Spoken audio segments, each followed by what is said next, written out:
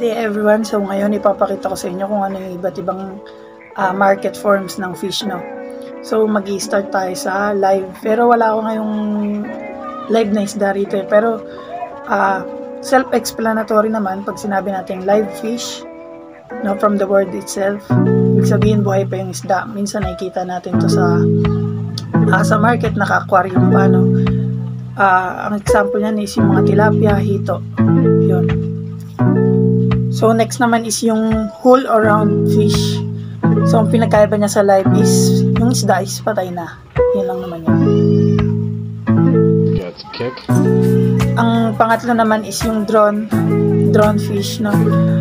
Ang ginawa naman dito is yung round fish o yung whole fish natin is tinanggalan na natin ng mga innards, no, yung mga viscera tinanggal na. Next naman is yung dress fish. Ang ginawa naman dito is tinanggal na yung innards, pati yung ulo, fins, pati yung tail. Next naman is yung steak cut. From the word itself, kaya siya steak kasi ginaya siya sa cut ng ibang meats, no, yung steak cut nga. Tapos mostly ginagamit siya pag nagpiprito tayo, pero pwede rin siya sa mga paksiw or yung mga ginataan. Ginagawa siyang yung cut na to para maging maliit yung isda, pero at the same time may buto pa rin sa gitna. Next naman is yung fillet. So yung fillet, siguro familiar tayong lahat dyan. Ito yung meaty part ng dalawang side ng isda, no, tinatanggal natin. Yung iba tinatanggal din yung skin, yung iba naman prefer na hindi na siya tanggalin, lalo na pag yung fish natin is delicate, no, dahil pag tinanggal pa natin yung skin nun, maaaring madurog lang yung isda. Next naman is yung sticks, no. Sa sticks naman madali lang siya. Yung fillet, ikakat lang natin siya ng maliliit na pahaba. So yun lang yung sticks. Yung last naman is yung flake, no. Ang kinaibahan naman ito sa iba, yung flake is yung fish ay na process na, so na manufactured na siya, dumaan na siya sa machine. Kick.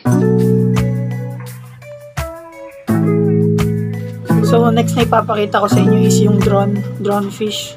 So sa gagawin natin yan is tatanggalin muna natin yung gills. Madali lang. Tatanggalin natin yung gills na ganyan, no? Tapos isasama na natin yung pinaka-jaw niya dahil maliit naman itong isda. So ito, yun, matatanggal na siya lahat sama-sama. So pag natanggal natin siya,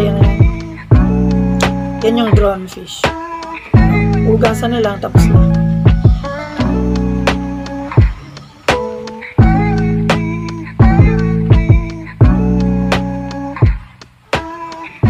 So next naman na gagawin natin is yung dressed. So para mas madali, gamitin na natin yung drawn fish natin, no. Tapos tatanggalin lang natin yung ulo niya. Ulo. Tapos itong buntot na part, tatanggalin natin. Dahil itong isda na to is wala namang fins, no, kaya hindi na natin siya kailangan tanggalin. Pero kung meron, tatanggalin natin yan. So yan ang dress fish.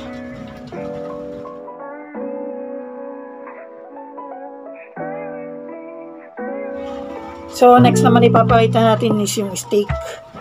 So ang steak cut naman madali lang, no. Iga lang natin yung isda, tapos ikakat lang natin siya na pag-ganyan.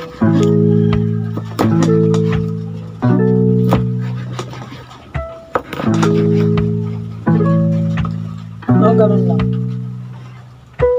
So kaya siya tinawag na steak cut kasi yung cut niya is pag ganyan, tapos yung buto nasa center pa rin, no. So pinipigilan nun na maghiwa-hiwala yung meat.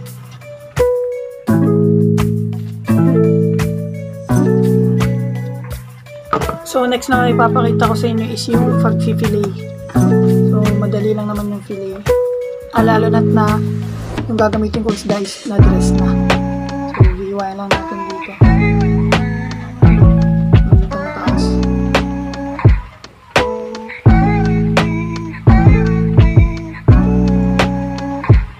So hayaan na lang natin siya na dumaan dun sa buto. So mag-slice. matanggal yung buto sa meat part. So yan, kung nakikita nyo, natanggal natin yung buto. Tapos as much as possible, kailangan yung meat na matitira dito is konti na lang, no?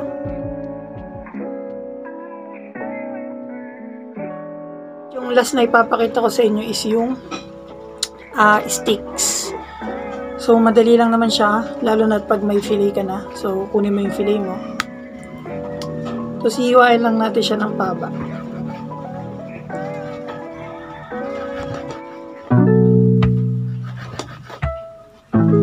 So ideal to pag gusto natin ng mga bite size na fillet na fish.